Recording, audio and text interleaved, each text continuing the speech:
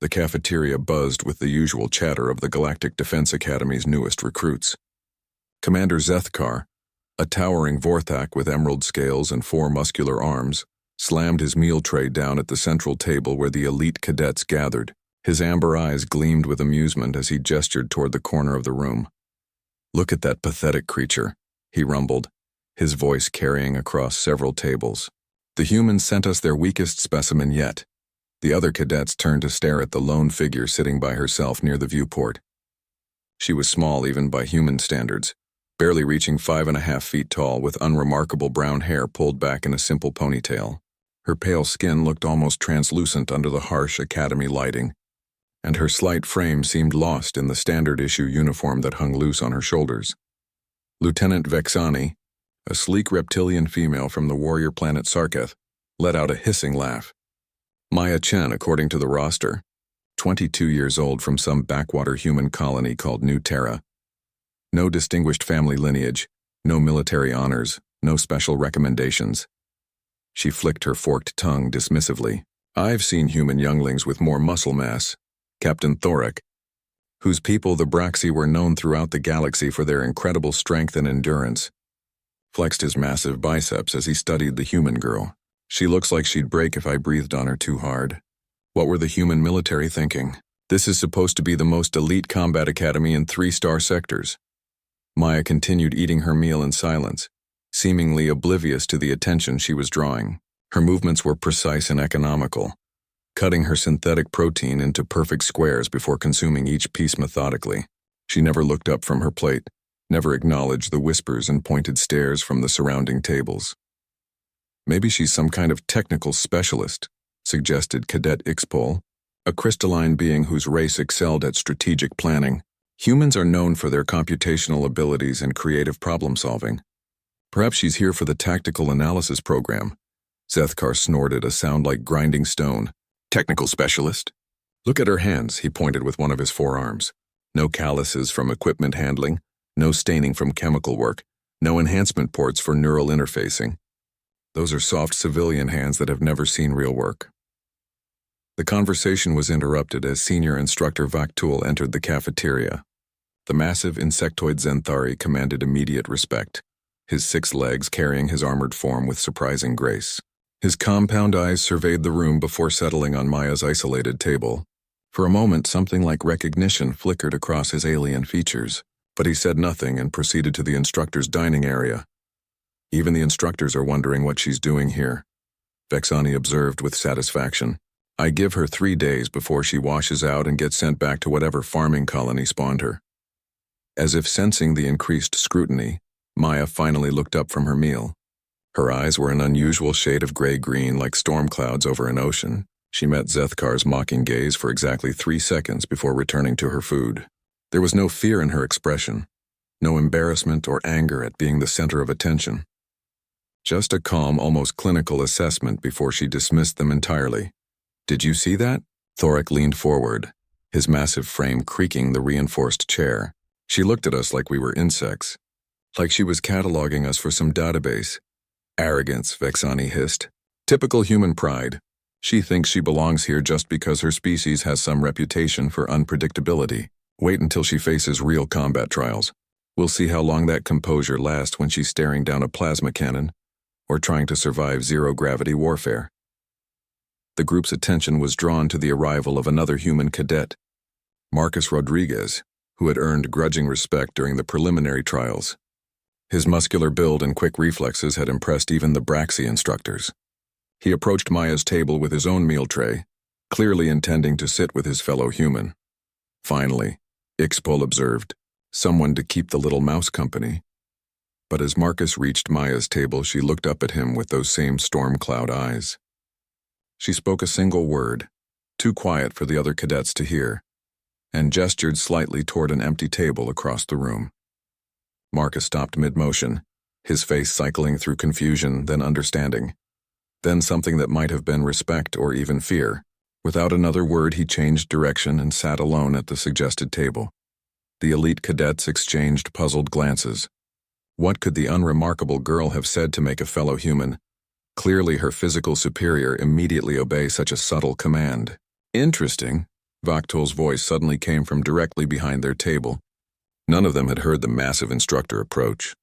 "You seem very interested in Cadet Chen's dining arrangements." Zethkar straightened to attention, his forearms snapping to his sides.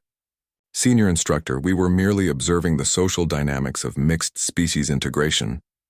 The compound eyes of the Zenthari reflected the cafeteria lights like tiny mirrors.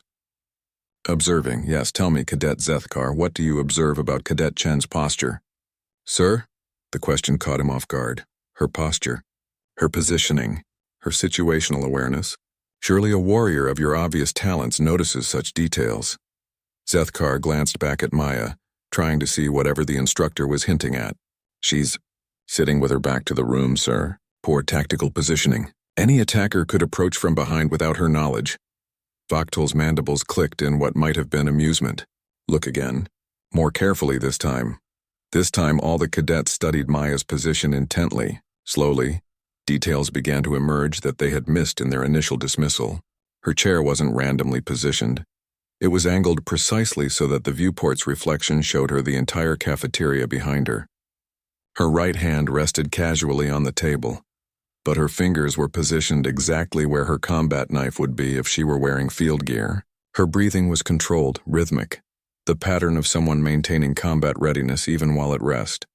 "She's watching everything," Vexani breathed. "Every entrance, every movement, every person in the room. And you failed to notice," Vaktul stated bluntly. "This is why assumption is the enemy of survival. Cadet Chen has been monitoring your conversation, tracking the positions of every individual in this room, and calculating threat assessments since before you began your observations." As if to prove the instructor's point, Maya stood and disposed of her meal tray. As she walked toward the exit, her path took her past their table. She paused for just a moment, long enough to make eye contact with each of them in turn. When her gaze met Zethkar's, he felt an unexpected chill run down his spine. Those storm cloud eyes held depths he hadn't noticed before, and something in them suggested that she had heard and catalogued every word of their mocking conversation. Then she was gone, leaving the elite cadets in uncomfortable silence as they began to realize they might have seriously misjudged the quiet human girl. The first combat simulation began at dawn in the Academy's primary training arena. The vast chamber could reconfigure itself into any battlefield scenario, from urban warfare to asteroid mining stations. Today's exercise was set in a bombed-out city, complete with debris-filled streets, partially collapsed buildings, and smoke that limited visibility to 30 meters. 20 cadets were divided into 2 teams for a capture-the-flag scenario. Zethkar commanded the red team, naturally selecting the Academy's strongest and most experienced fighters. Vexani, Thorek, and Ixpol formed his core squad, along with 6 other elite cadets from various warrior species.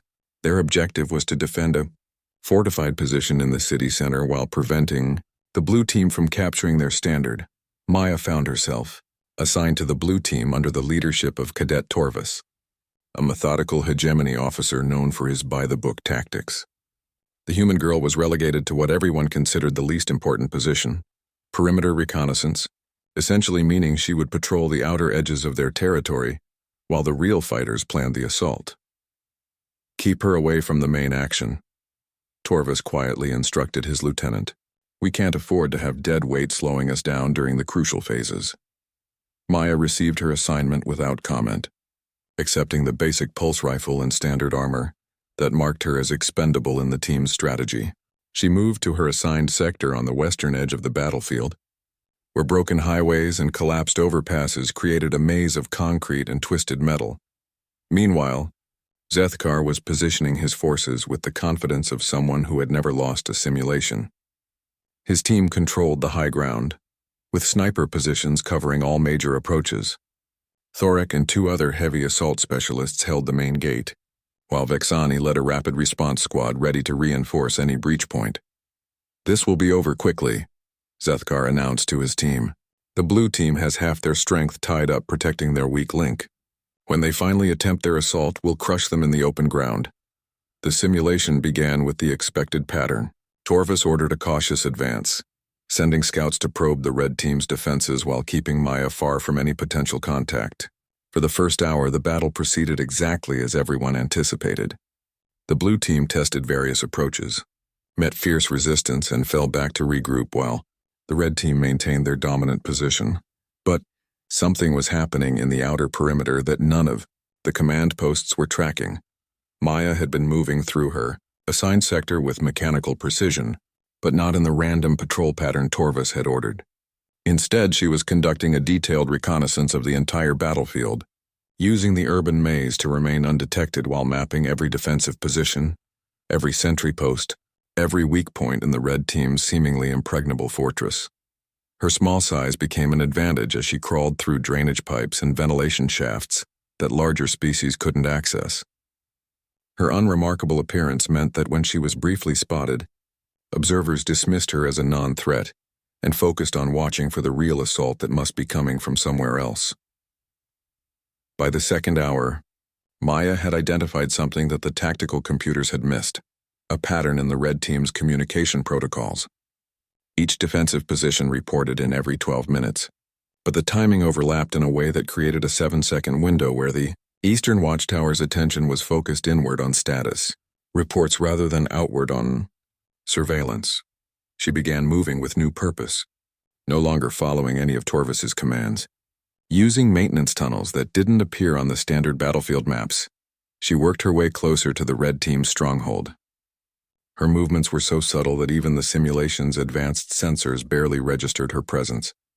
At the command post, Torvis was growing frustrated. "Where is Chen? She's supposed to be reporting her sector status every 15 minutes. Last contact was 40 minutes ago," his lieutenant reported. "Should we send someone to find her? No time. We're launching the main assault in 10 minutes. If she's lost out there, we'll retrieve her after we break their lines." But Maya wasn't lost. She was 30 meters from the red team's flag, hidden in the collapsed basement of a building that intelligence had marked as completely destroyed. Through a crack in the rubble, she had a clear view of the flag chamber, where 2 guards maintained constant watch, while Zethkar coordinated his forces from an elevated platform. The guards were Cronin warriors, each standing nearly 8 feet tall with natural armor plating and enhanced reflexes. In a direct confrontation, either one could eliminate Maya in seconds, but she wasn't planning a direct confrontation. Instead, she had been observing their behavior patterns, timing their movements, and calculating trajectory angles for the past 20 minutes. The guards rotated positions every 6 minutes, and during the rotation, there was a 3-second window where both of them briefly turned their backs to perform a ritual challenge response that confirmed their identity to the command center. Maya checked her chronometer. The main assault would begin in 4 minutes, drawing all attention to the front gates. The next guard rotation would happen in 90 seconds. Everything had to be perfect. She moved with the fluid grace of someone who had done this kind of operation many times before, though no one at the academy suspected she had ever seen real combat. Her approach was so silent that even her own equipment sensors barely detected her movement. She positioned herself in the optimal location, aligned her rifle for the precise angles she had calculated, and waited. The blue team's assault began exactly on schedule. Explosions echoed through the arena as Torvis's forces launched their frontal attack on the red team's gates. Shouts and weapons fire filled the air as the simulation's most dramatic phase commenced. In the flag chamber, Zethkar was coordinating the defense, his forearms working multiple control interfaces simultaneously. "All units maintain position. This is exactly what we expected. Thorek, prepare for their breakthrough attempt." The 2 Cronin guards began their rotation ritual, turning away from their posts to confirm their status with their commander. For 3 seconds, both guards had their backs to the chamber entrance. Maya moved like liquid shadow, covering 15 meters of open ground in complete silence. Her first shot took out the left guard with a stun bolt to the base of his skull where his armor was weakest. Her second shot hit the right guard before he could complete his turn. Both massive warriors collapsed unconscious before they realized they were under attack. Zethkar spun around at the sound of bodies hitting the floor, his amber eyes widening in disbelief as he saw the small human girl standing beside his flag with her rifle trained on his chest. "Simulation complete," Maya said quietly into her communicator. "Blue team flag secured." The arena fell silent as the simulation ended. Emergency lights activated, and the artificial smoke began to clear. All around the battlefield, cadets from both teams stood in stunned confusion as they realized the exercise was over. Not from the massive battle everyone had been fighting, but from a single infiltrator who had bypassed every defense and captured the objective while they were all focused elsewhere. Impossible, Zethkar breathed, staring at the human girl who couldn't weigh more than 50 kilograms.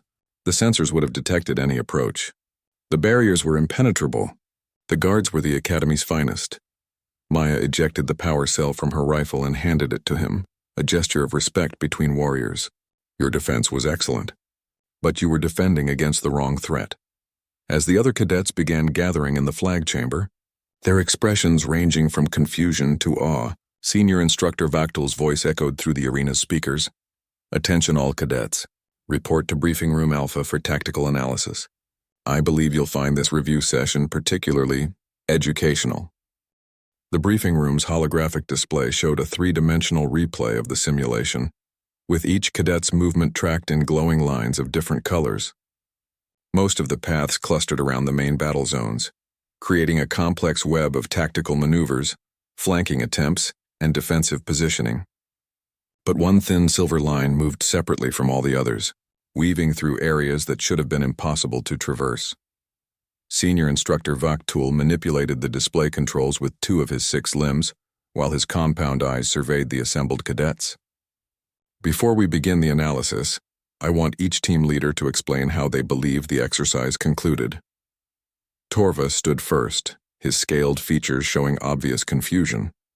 Sir, I must report a malfunction in the simulation systems. According to our tactical computers, the objective was secured by Cadet Chen, but this is clearly impossible given her position assignment and the defensive parameters we observed. Impossible? Vakhtul's mandibles clicked. Explain your reasoning. Sir, Cadet Chen was assigned to perimeter reconnaissance in the western sector. The red team's flag position was in the eastern sector, protected by multiple sensor nets, barrier fields, and elite guards. For her to reach that location would require passing through at least 6 heavily monitored choke points. Zethkar rose from his seat, his forearms gesturing emphatically. Senior Instructor, I must concur with Torvas. My defensive grid was impenetrable. Every approach route was covered by overlapping fields of fire. The possibility of infiltration was mathematically zero. Mathematically zero, Vaktul repeated slowly. Yet here we sit, and your flag resides in the blue team's possession. Cadet Chen, would you care to explain this mathematical impossibility? Maya stood, her small frame almost invisible among the larger alien cadets. The defense was excellent against conventional assault tactics, but it was designed to stop an army, not an individual using unconventional approach routes. Unconventional routes, Vexani's voice carried a hissing undertone of skepticism. Every access point was monitored. We had thermal sensors, motion detectors, and electromagnetic scanners covering every square meter of the battlefield. Maya turned to face the reptilian cadet directly. Your sensors were monitoring the mapped areas of the battlefield, but urban combat zones contain infrastructure that doesn't appear on tactical displays. Maintenance tunnels, utility conduits, structural spaces created by building collapse. These areas exist in the gaps between your sensor coverage. The holographic display zoomed in on Maya's infiltration route. The silver line disappeared and reappeared seemingly at random, following paths that barely registered on the battlefield's official geometry. Furthermore, Maya continued, your defensive pattern was based on the assumption that an infiltrator would attempt to avoid detection entirely. But the most effective camouflage in a military environment isn't invisibility. It's appearing to be exactly what you expect to see. Explain. Vaktul commanded. During the first phase of infiltration, I deliberately triggered peripheral sensors at low priority levels. The detection signatures were consistent with small debris displacement, equipment malfunction echoes, or environmental interference. Your monitoring teams classified these events as background noise rather than potential threats. Ixpol, the crystalline strategist, leaned forward with interest. You're saying you used false positives to mask your real movement? Correct. Additionally, I observed that your communication protocols created predictable timing windows, where guard attention was focused inward rather than outward. The guard rotation ritual, while excellent for maintaining unit cohesion and preventing infiltration by shapeshifters, created a repeatable vulnerability for someone who had mapped the timing patterns. Thorax slammed his massive fist on the table, causing several smaller cadets to jump. This is absurd. You're describing techniques that would require years of specialized training in infiltration and reconnaissance. Where would a colonial farm girl learn such methods? The room fell silent. Maya met Thorek's challenging stare with those storm cloud eyes but said nothing. The silence stretched until it became uncomfortable, then continued until several cadets began shifting nervously in their seats. Finally, Vaktul spoke. An excellent question, Cadet Thorek. Where indeed would someone learn such specialized techniques? He manipulated the holographic controls again, and new data began appearing alongside Maya's movement track. Computer display tactical analysis of infiltration methodology demonstrated in today's exercise. Text scrolled across the display in the standard galactic trade language. Movement patterns consistent with advanced special operations training. Sensor evasion techniques match classified military protocols. Timing analysis suggests extensive combat experience in hostile territory operations. Interesting, Vaktul observed. Computer cross-reference demonstrated techniques with known military training programs. New text appeared. Methodology matches, Human Special Forces Advanced Reconnaissance, Zenithian Shadow Corps, Hegemony Deep Strike Division, 4th Han Elite Infiltration Unit. Proficiency level indicates active field experience rather than simulation training. The room erupted in whispers and startled exclamations. The comparison to elite units from across the galaxy meant that Maya hadn't just succeeded through luck or clever thinking. She had demonstrated skills that took decades to master and were taught only to the most exceptional warriors in known space. There must be an error in the analysis, Vexani protested. The human military wouldn't send a special forces operative to a basic training academy. It makes no sense. Unless, Ixpal said slowly, she isn't here for basic training. All eyes turned to Senior Instructor Vaktul, who remained motionless for a long moment before activating another section of the holographic display. Cadet Chen, your personnel file indicates no prior military service, no special training, no combat experience. Would you care to comment on this discrepancy? Maya stood silently for several seconds, her expression unreadable. When she finally spoke, her voice carried a weight that hadn't been there before. My file contains the information that Command determined was appropriate for this assignment. Assignment? Zethkar's voice climbed in pitch. What kind of assignment? But before Maya could respond, the briefing room's main display flashed red and began showing an incoming priority transmission. Vaktul immediately moved to accept the communication, his compound eyes reflecting the holographic interface as he read the classified header information. All cadets except Chen are dismissed, he announced suddenly. Return to your quarters and maintain communication silence until further notice. Sir? Torvus began to protest. Immediately.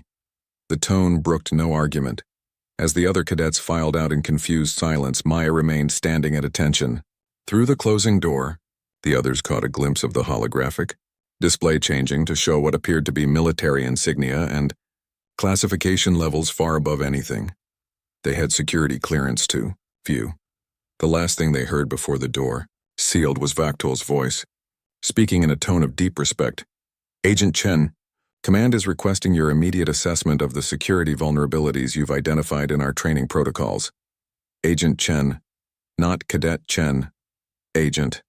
Word spread through the academy like wildfire, though officially nothing had changed. Maya Chen still attended the same classes, ate in the same cafeteria, and participated in the same training exercises. But now the other cadets watched her with a mixture of curiosity, respect, and unease that grew stronger with each passing day. The change in dynamics became obvious during the next combat simulation 3 days later. This time, the exercise was a zero-gravity boarding action aboard a derelict space station. The cadets would be split into attackers and defenders, with the attackers trying to secure critical systems while the defenders held strategic choke points. I want Chen on my team, Zethkar announced during team selection, his earlier mockery replaced by calculating respect. As do I, Vexani interjected quickly. Her infiltration skills would be invaluable for securing the reactor core. Maya listened to the bidding war over her services with apparent indifference, but Senior Instructor Vaktul intervened before the discussion could continue. Cadet Chen will be observing this exercise in a supervisory capacity, he announced. She will evaluate the tactical effectiveness of both teams and provide a performance assessment afterward. The assignment was unprecedented. First-year cadets didn't supervise anything, let alone evaluate the combat performance of their peers. But no one questioned the decision aloud. The exercise began with both teams moving through the station's cramped corridors and maintenance shafts. In zero gravity, every surface became a potential floor or ceiling, and the three-dimensional nature of the combat environment challenged even experienced fighters. Maya positioned herself in the station's central observation hub, where multiple screens showed feeds from cameras throughout the facility. Her role was officially to watch and learn, but as the exercise progressed, her quiet observations began revealing tactical insights that impressed even the instructors monitoring the simulation. Blue team is advancing too aggressively.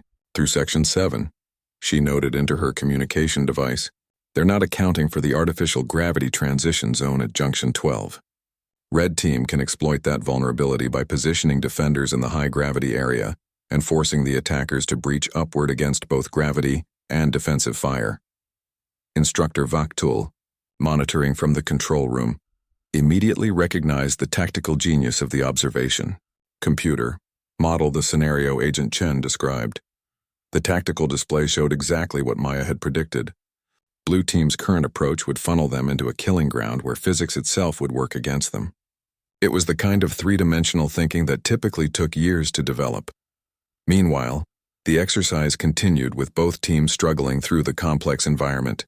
Thoric's massive strength, so dominant in standard gravity, became a liability as his powerful movement sent him careening off walls and equipment. Vexani's reptilian grace translated well to zero-gravity maneuvering, but she was having difficulty coordinating with teammates who lacked her natural agility. Red team's defensive positions are well chosen for the current approach vectors, Maya continued her analysis, but they're vulnerable to a flanking maneuver through the waste recycling system. The passages are too small for most species, but a human could navigate them and emerge behind their primary strongpoint. Fascinating, Vaktul murmured. She's analyzing the battle from both perspectives simultaneously, identifying weaknesses and opportunities that neither team has recognized. The simulation reached its climax when Blue team finally encountered Red team's main defensive position. The battle was fierce but brief, with Red team's superior positioning leading to a decisive victory. Both teams gathered in the debriefing chamber, exhausted but eager to hear Maya's assessment. She stood before the assembled cadets, her small frame somehow commanding attention from beings twice her size and 3 times her mass. Blue team showed excellent adaptability in transitioning between gravity environments, she began. Your use of magnetic anchors for rapid direction changes was particularly effective. However, your advance formation was optimized for terrestrial combat rather than 3-dimensional space warfare. Torvus nodded thoughtfully. What would you recommend for improvement? Stagger your team vertically rather than horizontally. In zero gravity, threats can come from any direction, so your formation should provide overlapping fields of fire in all 3 dimensions, rather than just the traditional forward arc. She turned to address the Red team. Your defensive strategy was excellent for holding fixed positions, but it left you vulnerable to unconventional approach routes. Station environments contain numerous bypass passages that aren't marked on standard tactical displays. Zethkar raised one of his forearms. How would you suggest we address those vulnerabilities? Deploy roving patrols through secondary systems rather than static guards at choke points. The patrols would deny enemy infiltration routes while maintaining the flexibility to respond to main assault vectors. The recommendations were so practical and immediately applicable that several cadets began taking notes.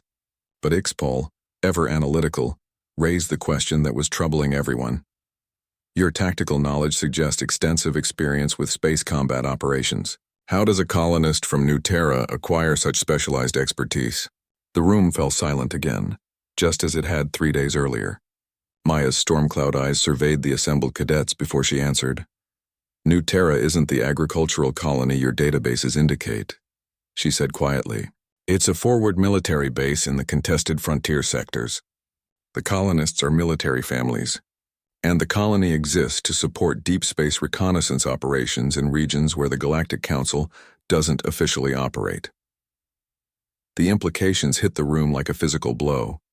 The contested frontier sectors were where the galaxy's major powers conducted shadow wars against unknown threats from dark space. Operations there were so classified that most military personnel didn't even know they existed. You're saying you grew up on a Black Ops base? Vexani breathed. I'm saying I grew up in an environment where every civilian was expected to possess military skills sufficient for survival in hostile territory. Children learned infiltration techniques along with basic mathematics. Tactical analysis was as fundamental as reading comprehension. Thorek leaned forward, his massive frame suddenly seeming less imposing. What kind of threats required that level of preparation? Maya was quiet for a long moment, her gaze distant as if she were seeing something far beyond the walls of the academy.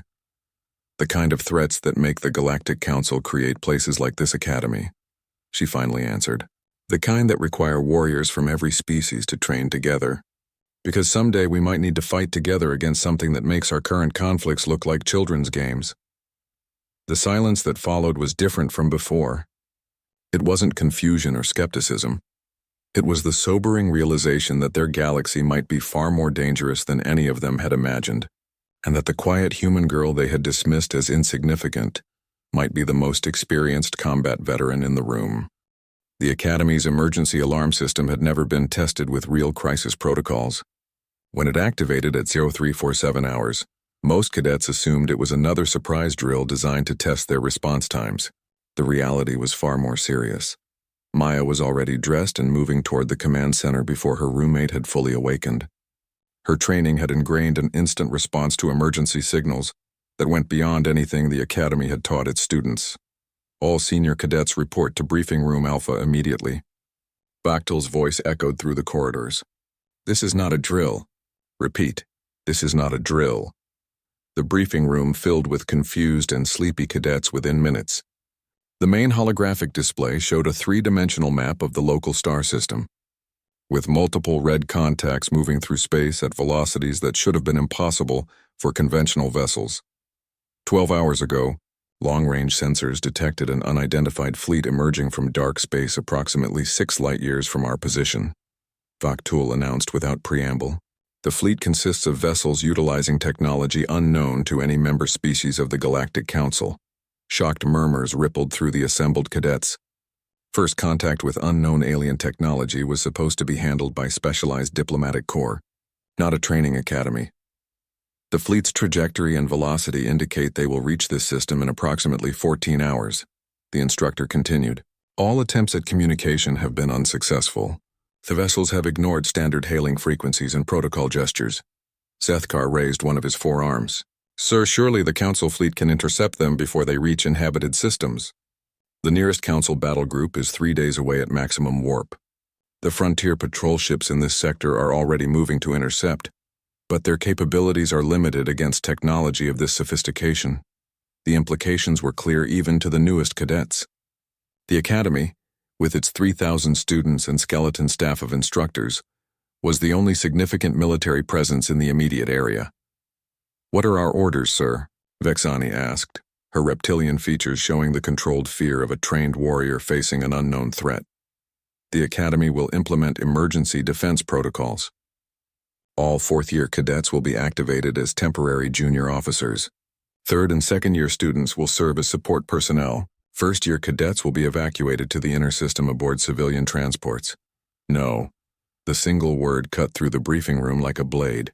All eyes turned to Maya, who had spoken so quietly that her voice barely carried beyond the first row of seats. Repeat that, Cadet Chen? Vaktul's compound eyes focused on her intently. Maya stood, her small frame somehow commanding attention from the entire room. I said no, sir. Evacuation of first-year cadets would be a tactical error. The room erupted in protests and incredulous exclamations. The idea that a first-year student would challenge evacuation orders was beyond comprehension. Explain your reasoning, Vaktul commanded, his tone suggesting he was willing to listen. Despite the apparent insubordination, the unknown fleet's emergence point and trajectory suggest they have detailed intelligence about this. System's defensive capabilities, Maya began, her voice carrying the same analytical precision she had demonstrated during tactical evaluations. A random exploration fleet would approach cautiously, testing system defenses and attempting communication. This fleet is moving with the confidence of a force that knows exactly what opposition to expect. You're suggesting they have inside intelligence? Ixpol asked, her crystalline form reflecting the display lights as she processed the implications. I'm suggesting they know about this academy, its defensive capabilities, and its standard protocols. Evacuating the first-year cadets would accomplish 3 things. It would reduce our total defensive strength, reveal our assessment of the threat level, and potentially provide the enemy with intelligence assets if they intercept the evacuation transports. The logic was undeniable, but the conclusion was horrifying. Maya was recommending that teenagers be kept in position to face an unknown alien threat that had already demonstrated technological superiority to anything in the local area. Furthermore, Maya continued, if this fleet has been monitoring Council communications, they would expect us to follow standard evacuation protocols. Deviating from expected behavior patterns might provide tactical advantages. Thorek slammed his fist on the table again, but this time it was frustration rather than anger. You're talking about using first-year students as soldiers against enemies we know nothing about. I'm talking about using every available asset to defend this facility, and the 3 million civilians in the colonies this fleet will reach if we fail to stop them here, Maya replied calmly. The choice isn't between safety and danger, it's between facing the threat here with maximum force or allowing it to reach population centers, where the casualties will be measured in millions. Senior, Instructor Vactal had been silent during this exchange, but now he activated the holographic display's communication systems. Central Command, this is Academy Training Base 7. Request immediate consultation on emergency protocols. The display shimmered and resolved into the image of Admiral Kreshitar, a grizzled hegemony veteran whose scarred features spoke of countless battles. His expression was grim as he absorbed the situation report. Instructor Vactul, you have full authority to implement whatever defensive measures you deem necessary. The Council is treating this as a potential existential threat to frontier security. Sir, one of our cadets has recommended against standard evacuation protocols. She suggests the unknown fleet may have detailed intelligence about our procedures. Admiral Kreshtar's attention focused on Maya with surprising intensity. Agent Chen, I presume? Your assessment of the threat? The casual use of the title agent confirmed what many cadets had suspected, but hadn't dared to voice. Maya wasn't really a student. She was some kind of intelligence operative using the academy as cover for another mission. The fleet's approach pattern suggests a surgical strike, rather than exploration or invasion, Maya reported with professional efficiency. Their target is likely this facility specifically, not the broader system. Recommendations: full defensive deployment of all personnel, implementation of irregular warfare protocols, and preparation for enemy tactics optimized against conventional military doctrine. Irregular warfare protocols? The Admiral's scarred features showed recognition. You're suggesting they've studied our standard procedures and developed countermeasures? Yes, sir. Which means our best chance of success lies in abandoning doctrine and implementing unpredictable defensive strategies. Admiral Kreshtar was quiet for a moment, weighing possibilities that would determine the fate of an entire star system. Finally, he spoke. Academy Training Base 7 is hereby redesignated as Forward Defense Station Alpha. All personnel are activated for emergency military service. Agent Chen, you're authorized to implement strategic coordination with Senior Instructor Vactul. The transmission ended, leaving the briefing room in stunned silence. In the space of 10 minutes, their training academy had become a frontline military base, and the quiet girl they had mocked as weak was now one of their commanding officers. You heard the Admiral? Vactul announced. Prepare for war. The transformation of the academy from training facility to military fortress happened with stunning efficiency. Within 6 hours, defensive systems that had been considered academic demonstrations were armed with live ammunition. Simulation chambers were converted to strategic command centers, and students who had been rivals in classroom exercises were now coordinating life-or-death tactical operations. Maya had somehow become the nexus around which the entire defense effort revolved. Her quiet suggestions carried the weight of battlefield experience that none of the other cadets could match, and even the senior instructors deferred to her strategic assessments. The enemy fleet has decelerated to sublight velocity at the system's edge, reported Cadet Veltar from the sensor station. 12 vessels, unknown configuration, maintaining formation approximately 8 light minutes out. Maya studied the tactical display with the same calm focus she had shown during simulations, but now the stakes were measured in real lives rather than training scores. They're scanning our defenses. Time to demonstrate why predictable tactics are dangerous. She activated the command interface with practiced efficiency. All defensive platforms implement Scatter Protocol 7. Orbital defense stations randomize patrol patterns and maintain communication silence. Fighter squadrons deploy using dispersal formation rather than standard wing configurations. Zethkar, now serving as tactical coordinator despite his earlier skepticism about Maya's abilities, watched the defensive grid reorganize itself according to principles that violated everything the Academy had taught about military doctrine. This formation leaves our primary defensive zones exposed, he observed. Not challenging, but genuinely confused. Exposed to conventional assault vectors, Maya agreed. But conventional assault vectors are what they're expecting to encounter. We're creating false vulnerabilities while hiding our real defensive strengths in areas they won't think to analyze. The truth of her strategy became apparent when the enemy fleet began its approach. Instead of the direct assault that standard defensive formations were designed to repel, the unknown vessels moved in complex patterns that suggested they were indeed optimized to counter traditional military tactics. They're avoiding our primary kill zones entirely, Vexani reported from her position at the weapons control station. It's like they have detailed plans of our defensive capabilities. Because they do, Maya confirmed. But they have plans for our official capabilities, not our actual ones. Computer, activate contingency systems. The Academy's hidden defensive measures came online for the first time since the facility's construction. Weapons platforms that appeared to be standard training equipment revealed themselves as fully functional military hardware. Sensor arrays that seemed designed for academic research began broadcasting targeting data for weapons systems that officially didn't exist. How did you know about those systems? Thorek asked in amazement as previously invisible defensive installations appeared on the tactical display. Because this was never just a training academy, Maya replied, her fingers dancing across control interfaces with the skill of someone who had operated such systems many times before. The Frontier Defense Initiative needed a facility that could serve multiple purposes. Training cadets was the obvious function. The hidden function was maintaining a significant military presence in contested space, without violating the Council's demilitarization agreements. The implications were staggering. Every major species in the galaxy had contributed students to the Academy, believing they were participating in a joint educational program. In reality, they had been unknowingly supporting a military base disguised as a school. Contact. Enemy fleet is launching attack craft, Veltar announced. 12 capital ships deploying approximately. Impossible. The numbers don't match visual confirmation. Maya immediately understood what the sensors were detecting. They're using projection technology to mask their true force strength. Computer, analyze electromagnetic signatures and particle emissions rather than visual confirmation.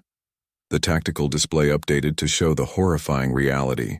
What appeared to be 12 ships were actually 47 vessels of various sizes, with the largest being nearly 10 times the mass of anything in the Council's fleets. We're outnumbered 4-1 by ships with technology we can't match. Ixpol calculated with crystalline precision. Conventional tactics suggest immediate withdrawal. Conventional tactics are exactly what they're prepared for, Maya countered.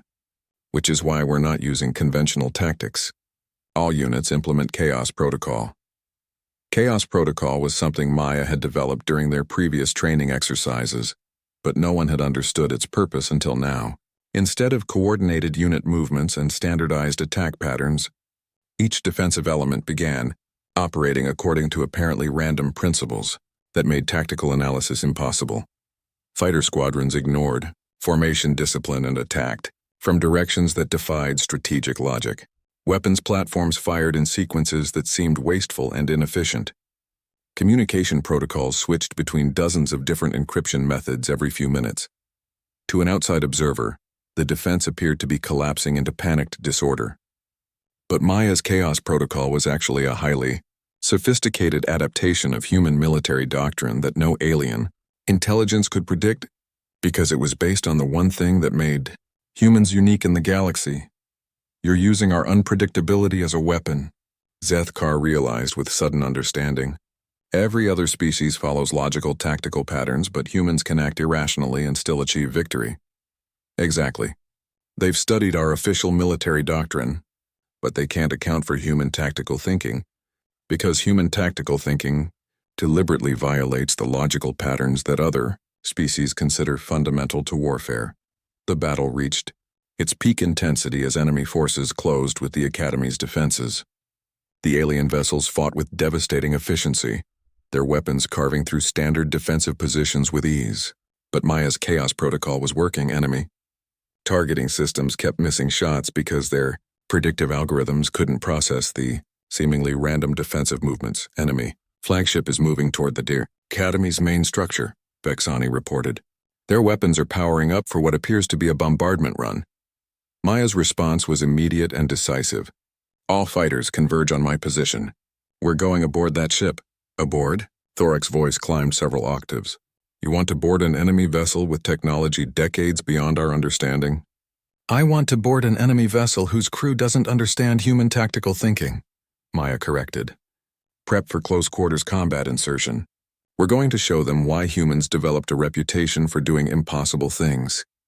As the cadets prepared for what might be their final mission, they finally understood what Maya had been trying to teach them through all her subtle lessons and tactical demonstrations. The greatest weapon humanity possessed wasn't technology or overwhelming force. It was the ability to succeed through methods that seemed insane to any logical analysis. And now they were about to test that weapon against an enemy that had never encountered anything like human tactical doctrine. The boarding assault began with a maneuver that violated every principle of space combat doctrine. Instead of approaching the enemy flagship from tactical advantage points, Maya led her mixed-species strike team in a direct frontal assault that should have resulted in their immediate destruction. But the enemy's defensive systems, optimized to counter logical attack patterns, couldn't target vessels that were deliberately following suicidal approach vectors. The alien point defense weapons repeatedly missed shots because their targeting computers couldn't believe that anyone would intentionally fly through overlapping kill zones. Boarding successful, Maya reported as their assault shuttle punched through the flagship's hull. Enemy crew appears to be in defensive positions optimized for conventional boarding procedures. The interior of the alien vessel was a maze of organic-looking corridors that seemed to shift and adapt as the boarding party moved through them. The technology was beyond anything the Galactic Council had encountered, with walls that reformed themselves to create new passages and weapons that emerged from seemingly solid surfaces. But Maya had anticipated exactly this kind of adaptive technology. Ignore the corridors, she commanded. Thoric, breach the deck plating. We're moving through structural spaces that can't adapt quickly enough to stop us. The massive Braxi warrior's incredible strength proved invaluable as he tore through metal barriers that the alien technology couldn't reinforce fast enough. The boarding party moved through the ship's infrastructure like a virus, bypassing every defensive measure by refusing to follow expected infiltration routes. Contact front, Vexani hissed as they encountered the first enemy crew members. The aliens were tall, ethereal beings with technology integrated directly into their bodies. Their weapons fired energy beams that could slice through the Academy's standard armor with ease. But Maya's tactical innovations extended to close-quarters combat as well. Scatter formation, random intervals, ignore cover discipline, she ordered. Their targeting based on predictive movement analysis. The result was a firefight that resembled organized chaos more than military engagement. The cadets moved through the battle space in patterns that seemed to guarantee their destruction, but the alien weapons kept missing because their targeting systems couldn't predict movements that violated basic survival instincts. Zethkar found himself charging directly into enemy fire while his teammates provided supporting shots from angles that left them completely exposed. By every logical analysis, the entire team should have been eliminated within seconds.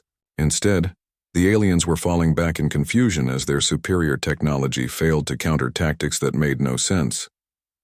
Bridge located, Ixpol reported, her crystalline form reflecting energy blasts as she somehow danced through what should have been a lethal crossfire. Central command structure is heavily defended by autonomous systems. Maya studied the tactical situation with the same calm analysis she had demonstrated throughout the crisis. The bridge was protected by energy barriers and automated weapons that covered every approach route, with overlapping fields of fire. Any rational assault would require sustained bombardment to suppress the defenses before attempting to breach the command center. All units, simultaneous assault from all vectors, Maya ordered. No suppression, no coordination, no tactical preparation. We're going in completely exposed and trusting their systems to miss us because they can't process the tactical insanity. The final assault was a masterpiece of controlled chaos. 8 beings from different species, using incompatible equipment and following no coherent strategy, charged simultaneously into a defensive position that should have slaughtered them all. The alien defensive systems, programmed with the tactical knowledge of a dozen galactic civilizations, simply couldn't respond to an attack pattern that violated every principle of warfare they had been designed to counter. Energy beams fired at empty spaces where logical attackers should have been, while the actual attackers moved through gaps in the defensive grid that no rational being would have attempted to exploit. Maya reached the bridge command center first, her small frame somehow passing unharmed through defensive fire that should have atomized her.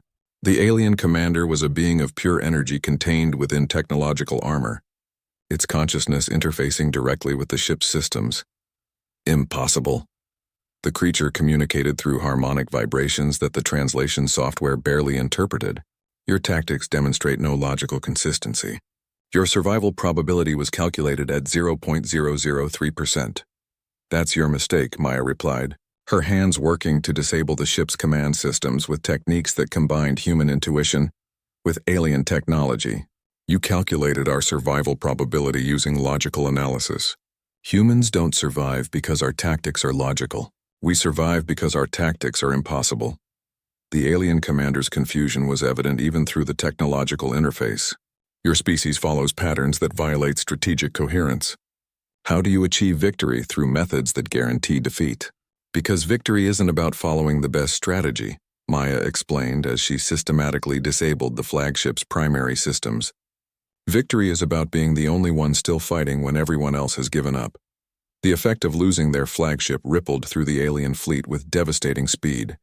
Ships that had been coordinating with perfect tactical precision suddenly began operating independently, their advanced technology unable to compensate for the loss of centralized command.